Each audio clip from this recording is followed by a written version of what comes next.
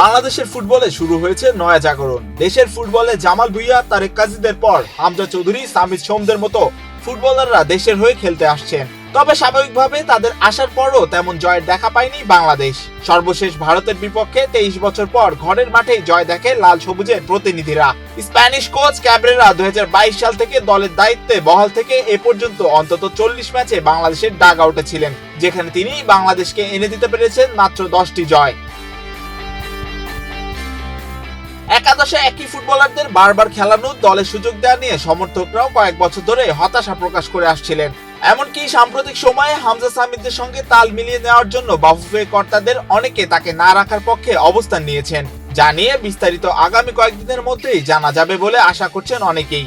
তবে হ্যাভিয়ার ক্যাব্রেরার বিদায়ের পর লাল সবুজের দলকে নতুন আবার কে সামলাতে আসবেন, যে দলে রয়েছেন হামজা, সামিদ, জায়ানদের মতো ফুটবলাররা। Gold's Gym across 30 plus countries. With over 700 plus locations worldwide, train anywhere, belong everywhere. Bangladesh ফুটবলে আগামী বছরগুলোতেও আরো অনেক বংশোদ্ভূত ফুটবলার যোগ দেবেন। তাদেরকে সামলাতে বাফুফের রাডারে অনেক কোচ থাকলেও আর্টিফিশিয়াল ইন্টেলিজেন্স কি বলছে আসুন জেনে নেই। এক্ষেত্রে প্রথমেই নাম আসছে ফরাসি কোচ ফিলিপ ক্রুসেয়ারের, যিনি এশিয়ার ওয়াইজ ম্যান হিসেবে পরিচিত।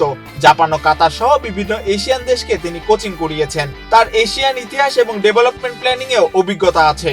অর্থাৎ বাংলাদেশের ফুটবলে ভবিষ্যৎ ভিত্তিক গঠন ও ডিসিপ্লিন আনার জন্য তিনি উপযুক্ত। এরপর রয়েছেন জাপানি কোচ হাজিমে মারিওসো। বর্তমানে জাপান দলের ভার রয়েছে তার কাঁধে। এশিয়ান ফুটবল উন্নত করার পেছনে তিনিও একজন। সেক্ষেত্রে কোনো কারণে বাংলাদেশের দায়িত্ব তাকে দিতে পারলে তা হবে সময়ের সেরা সিদ্ধান্ত। এক্ষেত্রে স্থানীয় প্লেয়ারদের সঙ্গে তার যোগাযোগ সহজ হতে পারে, তবে বর্তমান সময়ে এমনটা হবার সুযোগ অনেকটাই কম।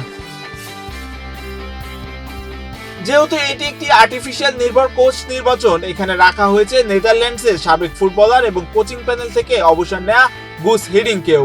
সাবেক এই চেলসি কোচ 2002 সালে ফিফা ওয়ার্ল্ড কাপে দক্ষিণ কোরিয়াকে প্রথমবারের মতো সেমিফাইনালে তুলেছিলেন। এরপরে রয়েছেন কিম পাং কোন, যিনি দক্ষিণ কোরিয়ার কোচ। এর আগেও তিনি মালয়েশিয়া, দক্ষিণ চীন সহ হংকংয়েও কোচিং প্যানেলে ছিলেন।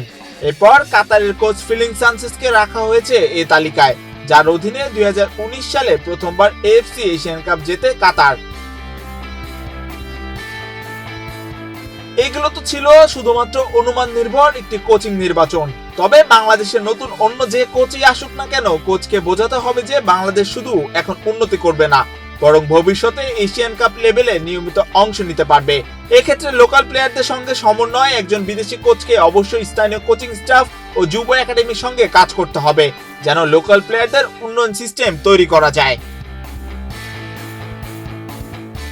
মাহিউজ্জামান, বাংলাদেশ প্রতিদিন।